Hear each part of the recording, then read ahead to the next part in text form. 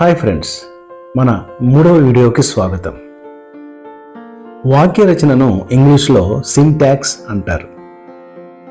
వాక్య నిర్మాణం చేయటానికి మనకు పదాల అర్థాలు, వొకాబులరీ కావాలి. వాటిని ఉపయోగించే విధానం, యూసేజ్ తెలియాలి. అలాగే పదాల క్రమం, వర్డ్ ఆర్డర్ అర్థం కావాలి.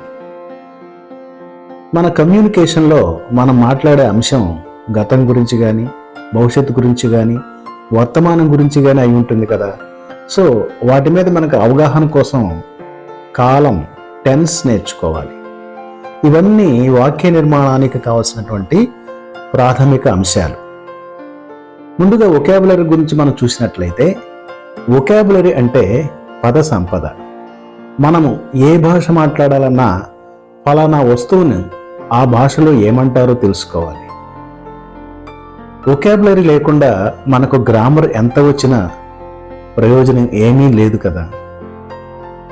మన కళ్ళ ముందు కనిపించే వస్తువుని లేదా జరిగే సంఘటనను ఇంగ్లీష్లో ఏమంటారో తెలుసుకోవాలి. అలాగని కంగారు పడవలసినటువంటి పని లేదు. ఎందుకంటే ఈసరికే మీకు చాలా ఇంగ్లీష్ పదాలకు అర్థాలు తెలిసే ఉంటాయి. తెలియనివి రోజుకు 10 నేర్చుకున్నా సరిపోతుంది. మన గ్రామేరియన్స్ అంచనా ప్రకారం 2500 పదాలు తెలుసుకుంటే ఇంగ్లీషు అత్యంత నైపుణ్యంగా మాట్లాడవచ్చు. ఇక రెండవది యూసేజ్, అంటే ఒక పదాన్ని ఉపయోగించి మాట్లాడటం. మీకు ఒక విషయం గుర్తుండాలంటే అప్లికేషన్ అవసరం.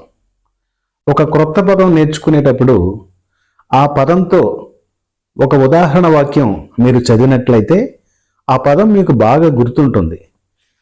తేలిక ఉదాహరణ తీసుకుంటే గుడ్, జీఓఓడి గుడ్ అంటే మంచి. Rama is a good boy, రాముడు ఒక మంచి బాలుడు. ఇలా ఓ వాక్యంలో గుడ్ ఉపయోగించి నేర్చుకుంటే మరి ఆ పదాన్ని మీరిక మర్చిపోవటానికి అవకాశం తక్కువ ఉంటుంది. ఇక మూడవదిగా వర్డ్ ఆర్డర్, పదాల క్రమం. వర్డ్ ఆర్డర్ అంటే పదాల క్రమం. ఒక్కొక్క భాషకు ఒక్కొక్క నుడికారం, ఒక్కో స్టైల్ ఉంటుంది. అలాగే మన తెలుగు కూడా ఒక వర్డ్ ఆర్డర్ ఉంది. ఎవరైనా తెలుగు నేర్చుకునే ప్రయత్నం చేస్తే మన వర్డ్ ఆర్డర్ ప్రకారమే నేర్చుకోవాలి. ఈ విషయాలనే మనం సింపుల్గా గ్రామర్ అని చెప్పేసి అనుకుంటున్నాం. Okay, get in to the topic. English word order ఎలా ఉంటుందంటే subject plus verb plus object, SVO pattern అంటారు. మన తెలుగులో సబ్జెక్ట్ అంటే కర్త, వెర్బ్ అంటే క్రియ, ఆబ్జెక్ట్ అంటే కర్మ.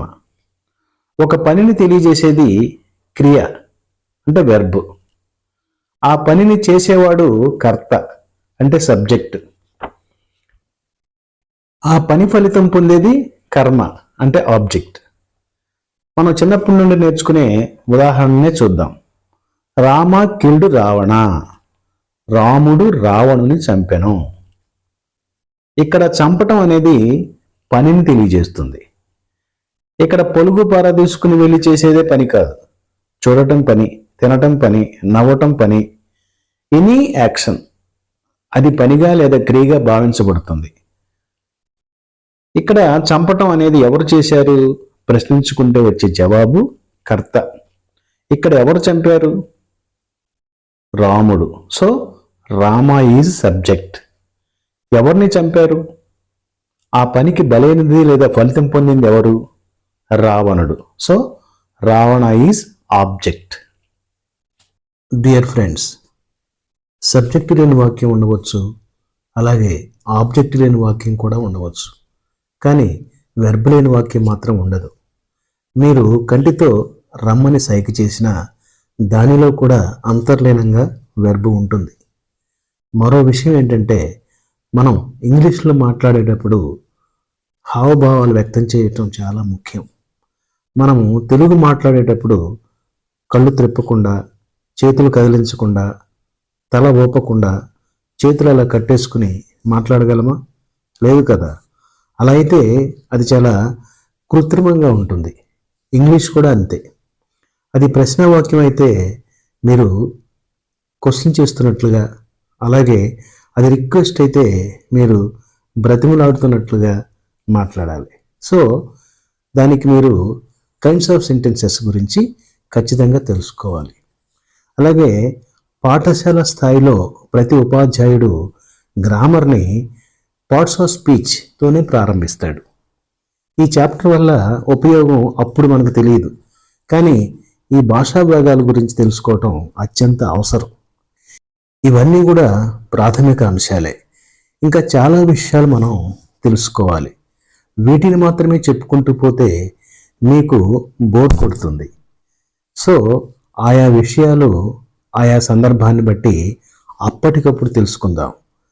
ఇప్పటి వరకు కొంతమేర ప్రాథమిక పరిజ్ఞానాన్ని తెలుసుకున్నాం.